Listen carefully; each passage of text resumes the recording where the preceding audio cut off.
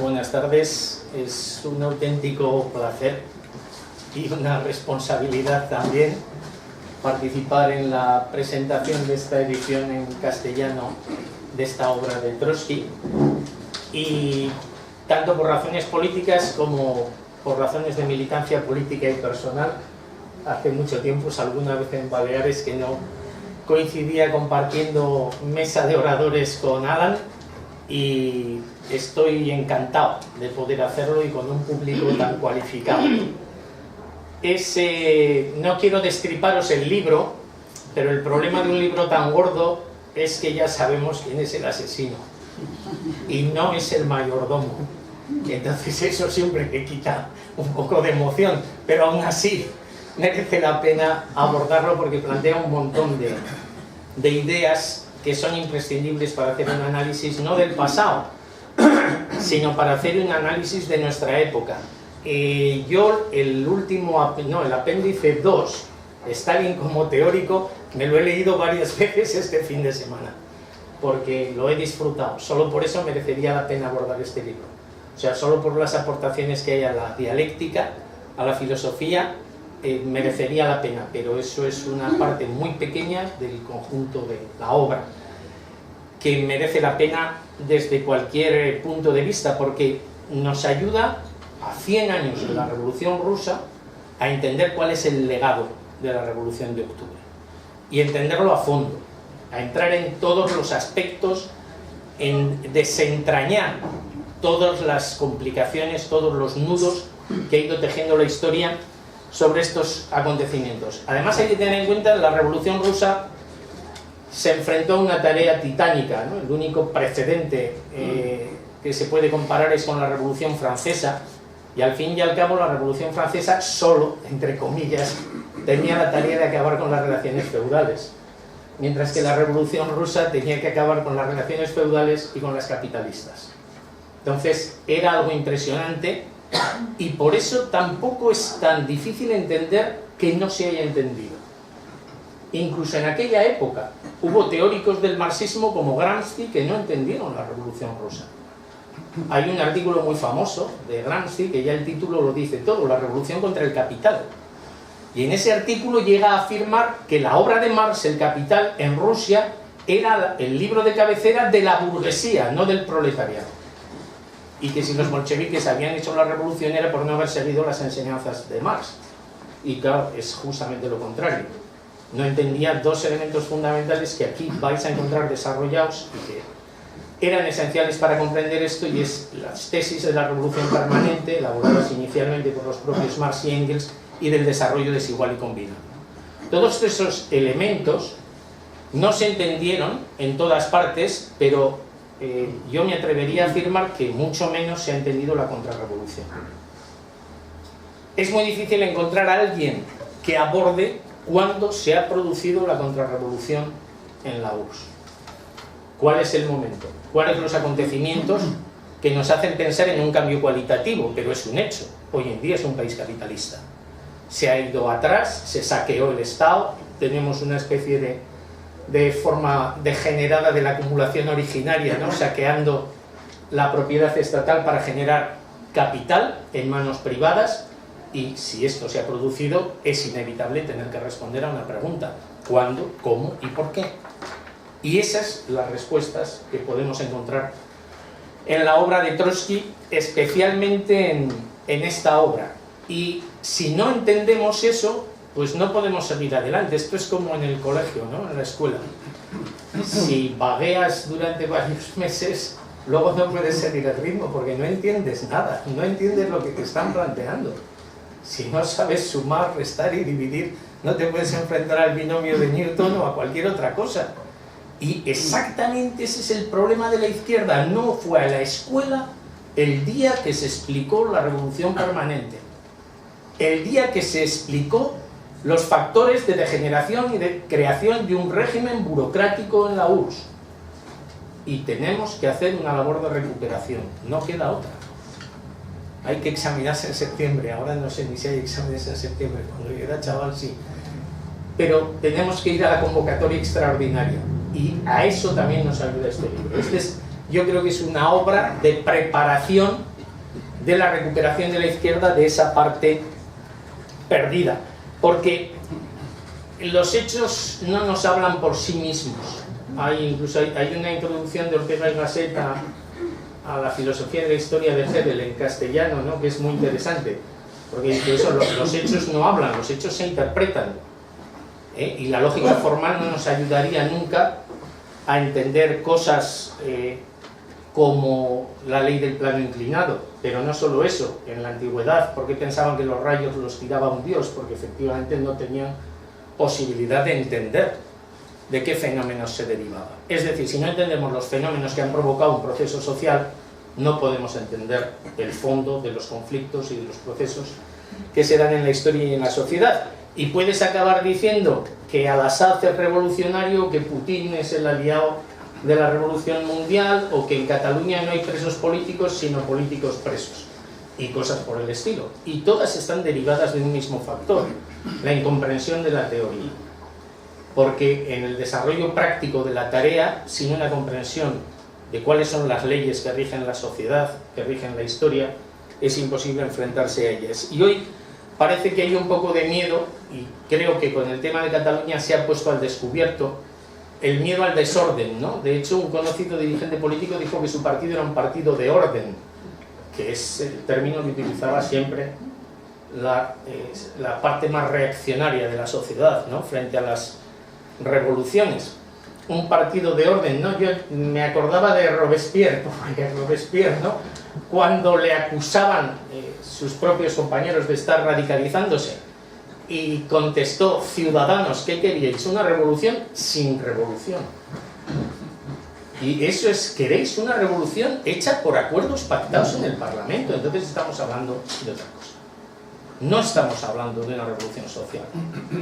Estamos hablando de cosas totalmente diferentes. Y de lo que se trata, de lo que tenemos que hablar, de lo que tenemos que recoger, es el legado de la revolución social en la historia. Y ahí hay una complicación, ¿no?, que muchos de los intérpretes de la historia de la URSS tienen un verdadero problema, lo que los griegos dirían una aporía, ¿no?, sin solución, sin salida, un camino sin salida. Porque ¿cómo se explica que la mayor revolución de la historia fuese dirigida por una dirección que todos ellos eran traidores, confidentes o empleados a sueldo de las potencias imperialistas extranjeras?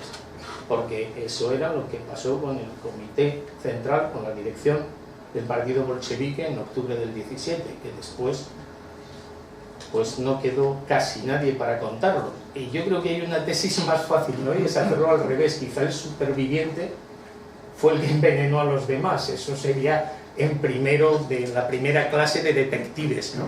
Si aparecen todos envenenados y hay un superviviente, pues a veces la explicación más lógica y la más sencilla es la que funciona, ¿no? Es eso, la navaja de Ockham, ¿no?, me parece.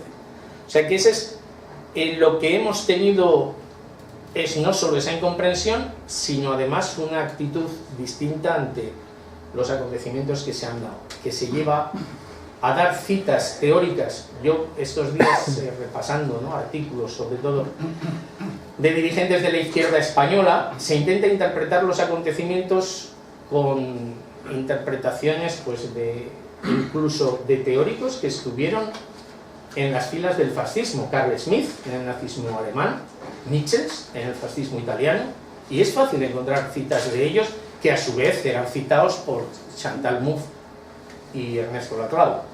Entonces hay toda una escuela que se llama posmarxismo y que yo llamaría pre-marxismo, porque lo que se hace es volver a un periodo anterior a todas las aportaciones que Marx y Engels hicieron al conocimiento humano. Entonces, eso, lógicamente, tiene una repercusión cuando te enfrentas a acontecimientos como los que se han dado. No solo lo de Cataluña, porque hemos vivido un periodo excepcional en el Estado español, Reino de España, como le queráis llamar. Hemos vivido un periodo bastante excepcional en los últimos años, una oportunidad de cambio, una oportunidad que no se da muy a menudo. ¿Por qué? Porque ha habido un periodo que iba increciendo, que iba aumentando la movilización, que iba aumentando la concienciación, que iba aumentando el factor más importante. Si hoy hablásemos de la Revolución Rusa, ¿qué pondríamos en primer lugar? La participación. Sin una participación activa no hay posibilidad de una revolución. Entonces, ese elemento de participación activa había crecido enormemente en este periodo y nos daba una gran oportunidad. Pero se centró, al menos es mi punto de vista, en el terreno electoral, precisamente por no comprender las lecciones de la historia, por no comprender que las instituciones no están hechas para colaborar a transformar la sociedad, sino precisamente para impedir la transformación social.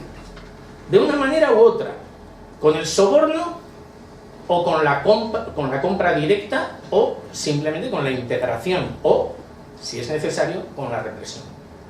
Pero ese es el papel de las instituciones.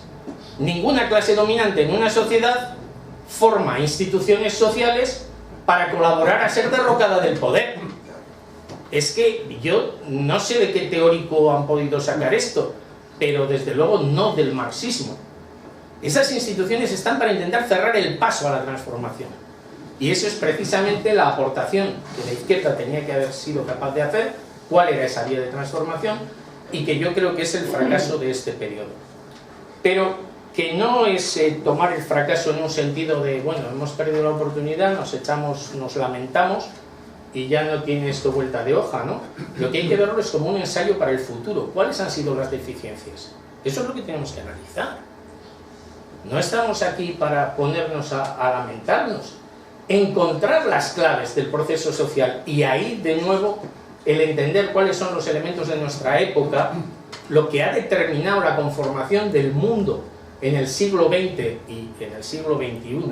El siglo XX, al fin y al cabo, la época de las revoluciones encadena después de la Revolución Rusa, lo necesitamos para poder enfrentarnos a lo que nos falta ahora. Sobre todo, para mí, ¿cuál es el mayor fracaso? Decía Rosa Luxemburgo que la organización surge de la movilización. Y hemos tenido movilizaciones importantes, pero hoy no tenemos una organización de la izquierda que corresponda a la movilización que hemos hecho. O sea, que algo falla ahí. Y probablemente hay un fallo de método. No de que nosotros seamos inútiles, no de que la gente no fuera capaz de luchar, no de que la gente no tuviera ilusiones y estuviera dispuesta a participar, sino que necesitamos una orientación.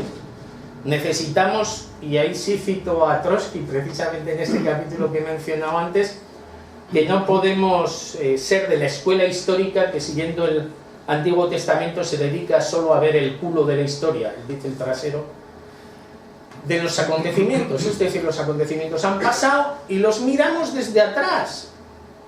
Es que lo que tenemos que hacer es anticiparnos a esos procesos. Y por eso esta quizá es el mayor valor de la obra de Trotsky. Porque fue el único teórico capaz de anticipar la evolución que se iba a dar en la Unión Soviética. Solo por eso, no es que merezca la pena, solo por eso estamos obligados a considerar esta obra si queremos entender lo que está pasando en nuestra época. Porque no lo vamos a entender si no entendemos por qué la URSS se ha derrumbado dejando caer sus cascotes sobre la izquierda, por cierto. Que estamos todavía atrapados bajo los cascotes del derrumbe de la URSS, y ahora se nos va a quedar encima China también, que somos mucha más gente, no sé qué vamos a hacer.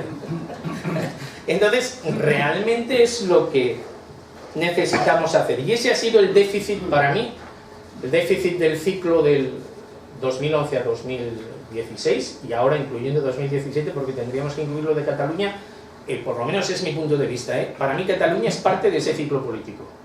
Es decir, si Cataluña estalla, es porque encuentra un punto de unión y un objetivo por el que luchar, expresando el cabreo acumulado estos últimos años.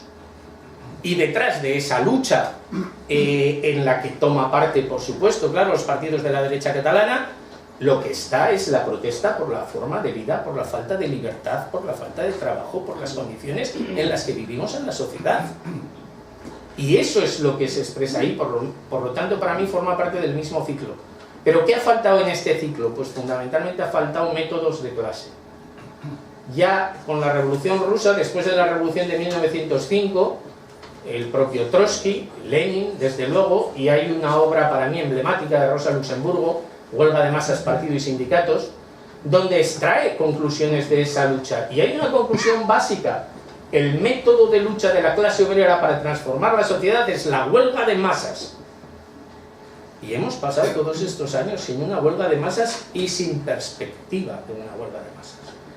¿Qué hemos perdido por el camino para que hoy la izquierda no sea capaz siquiera de plantearse en el Estado español una huelga de masas para derribar al gobierno del PP?